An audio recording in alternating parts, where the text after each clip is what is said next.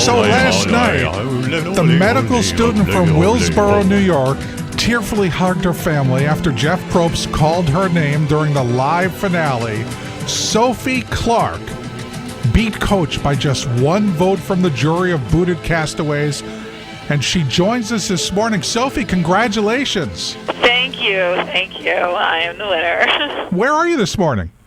I am actually sitting in my not-so-swanky L.A. hotel room.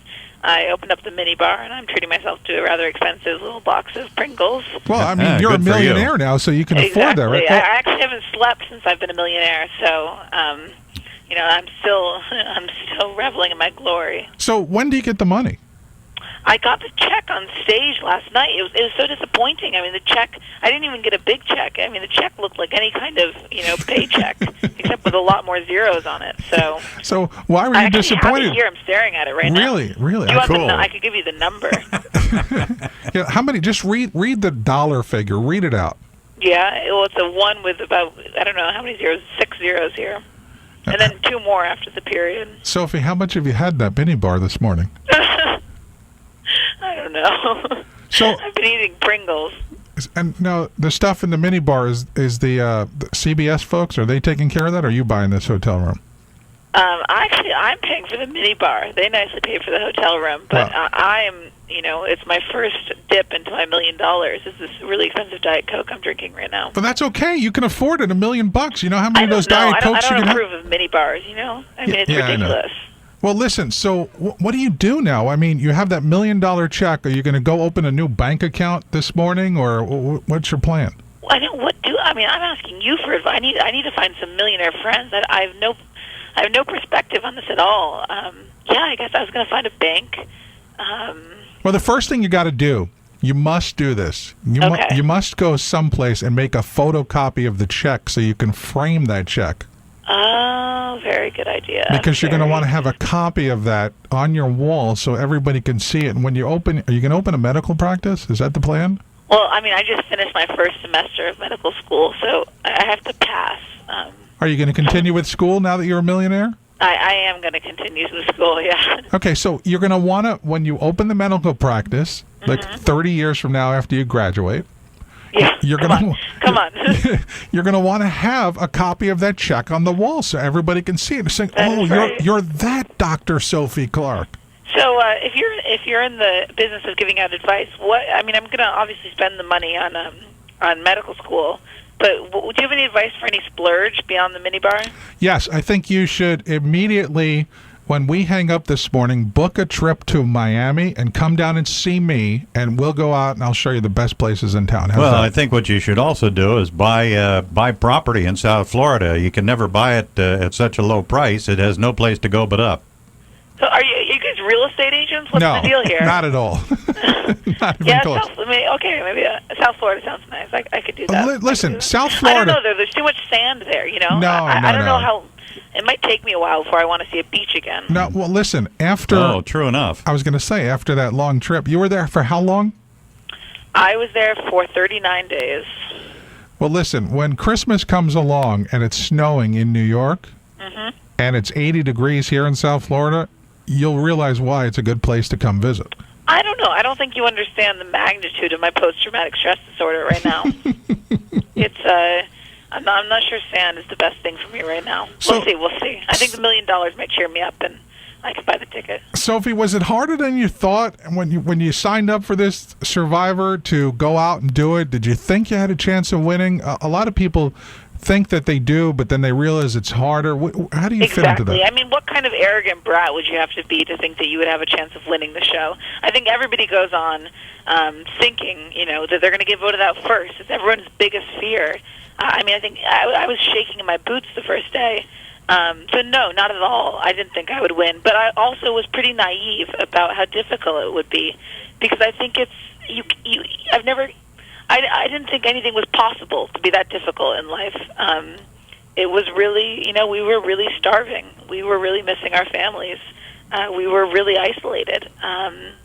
I've never felt such extreme emotions in my life. And granted, I'm only 22, but I'm worried I'm never going to feel them again. Well, kudos to you, and I know the point is to win the million no matter how you do it, and clearly there's no wrong way to be the last survivor because you did it. So, but I have to say that in my own view, because I'm a fan of the show and I've watched every season, maybe it was in the editing of the show, but your being the last person standing had more to do with maybe what you didn't do than what you did. You kind of stayed in the background and let people around you do most of the strategizing and plotting. At least that's the way it seemed to us viewers. And it was kind of Coach that got you to the end, and it was Coach that got you the support of the jury because they don't like him. Yeah, well, I don't agree with that at all. But no, I think that my strategizing was just less overt. I think I was very subtle about it. In the beginning of the game, I recognized that Coach would never stab me in the back. I'd seen his previous seasons, and he really believes himself when he says that honesty and loyalty and all that stuff is the most important thing. And so I think I recognized the value of Coach. And I also saw very quickly that people didn't like Coach. He was kind of an ass to people. And so, I immediately realized that that was not a bad person to be in an alliance with.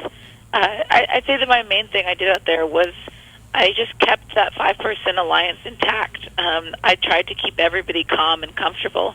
You saw me constantly calming down Albert. That's true.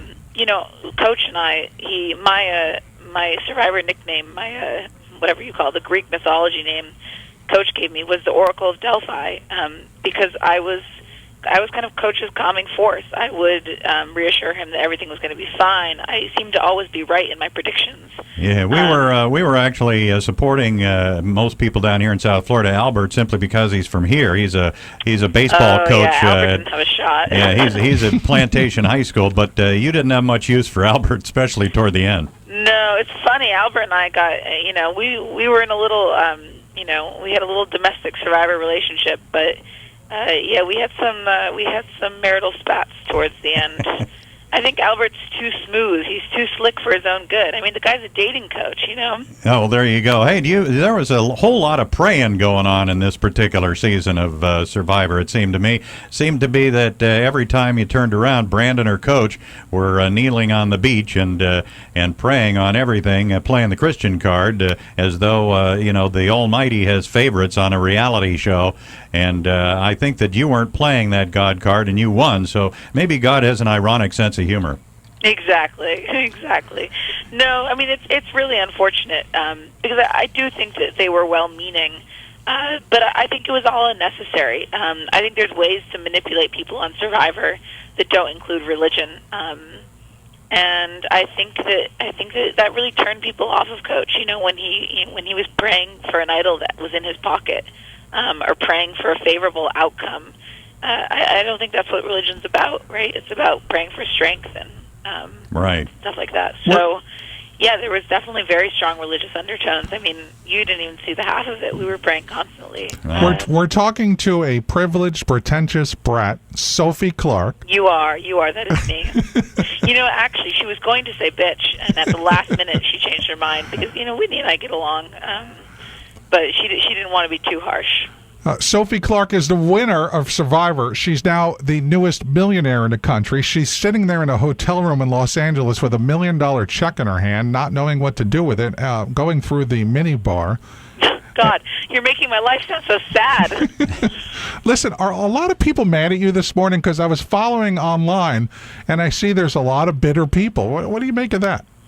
Oh, really? I haven't gone online yet, so I don't know. The haters are out there. Yeah, the haters are out there. I think the problem is that I went on the show. I went on the show to win, and I didn't go on the show to make big moves.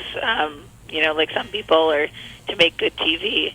And so I think that people were frustrated with my gameplay because the best thing for me to do was to stay the course and do nothing. And it wasn't because I was lackadaisical.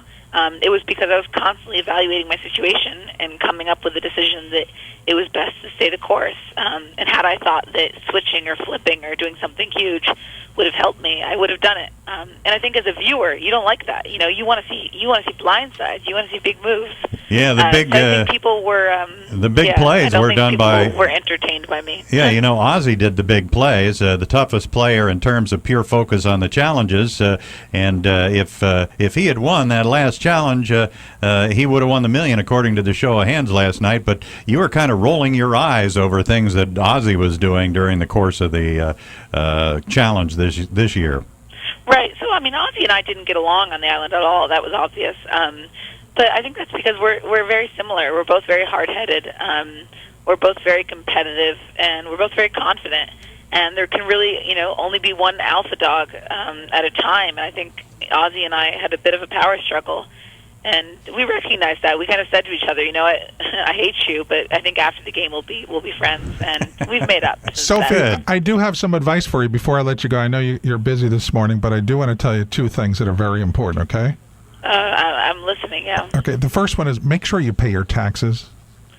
Oh, well, I don't know. Apparently Richard Hatch is out of jail now, so there's a spot for me free. Yeah, but pay your taxes. We don't need another story like that. And please, okay. Well, what's number two? Please be careful with the money.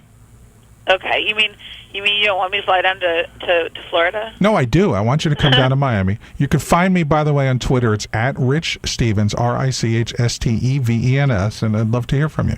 Okay, great. All right? Yep. Congratulations and all the best, and thank you so much for being on the program this morning. Thank you. Have a great day. Bye-bye.